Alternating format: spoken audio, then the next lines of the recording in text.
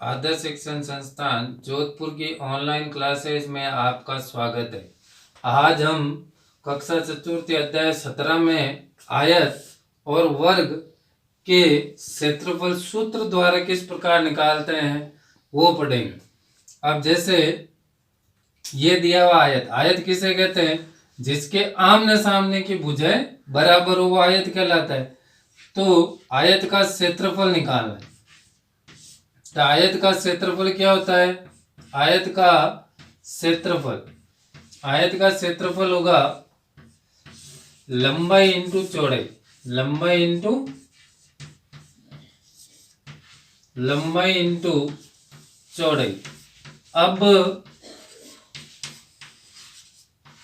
लंबाई इंटू चौड़ाई, अब यहाँ पे लंबाई कितनी है? ये 5 सेंटीमीटर। लंबाई कितनी है?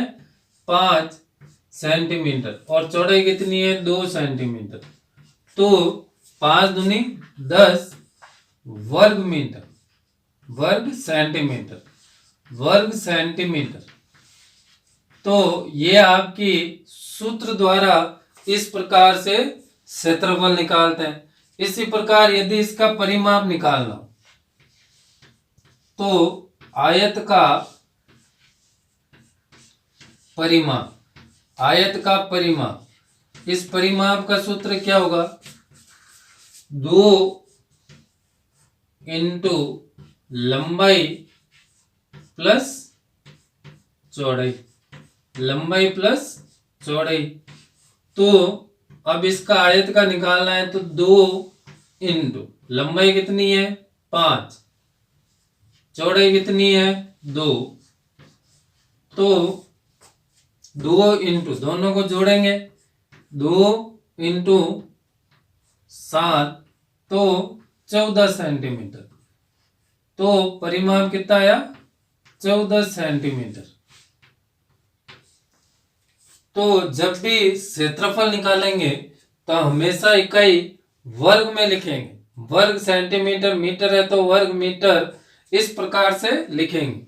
अब ये जो चित्र दिया हुआ ये वर्ग का है, ये भी 4 है। तो वर्ग की चारों भुजाएं क्या होती है? बराबर होती है। तो अब वर्ग का क्षेत्रफल निकालना है। तो वर्ग का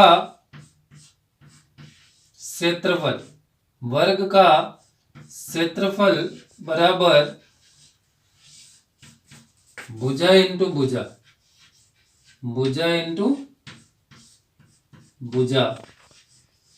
तो भुजा इंटू भुजा मतलब क्या हो गया? 4 इंटू 4। तो 4 को 4 से गुणा किया तो कितने हो गए? 16। अब 16 वर्ग, क्षेत्रफल निकालना तो मैंने कहा वर्ग, फिर इकाई लिखनी सेंटीमीटर। इसी प्रकार अब वर्ग का परिमाप निकालना। वर्ग का परिमाप बराबर, वर्ग का परिमाप क्या होता है? 4 इंटू भुजा, तो 4 इंटू, अब भुजा कितनी है? 4, तो ये 4 16 सेंटीमीटर। तो इस प्रकार हम आयत और वर्ग के सूत्रों द्वारा भी इसका क्षेत्रफल और परिमाप निकाल सकते हैं। धन्यवाद। अगले कालांश में फिर मिलेंगे।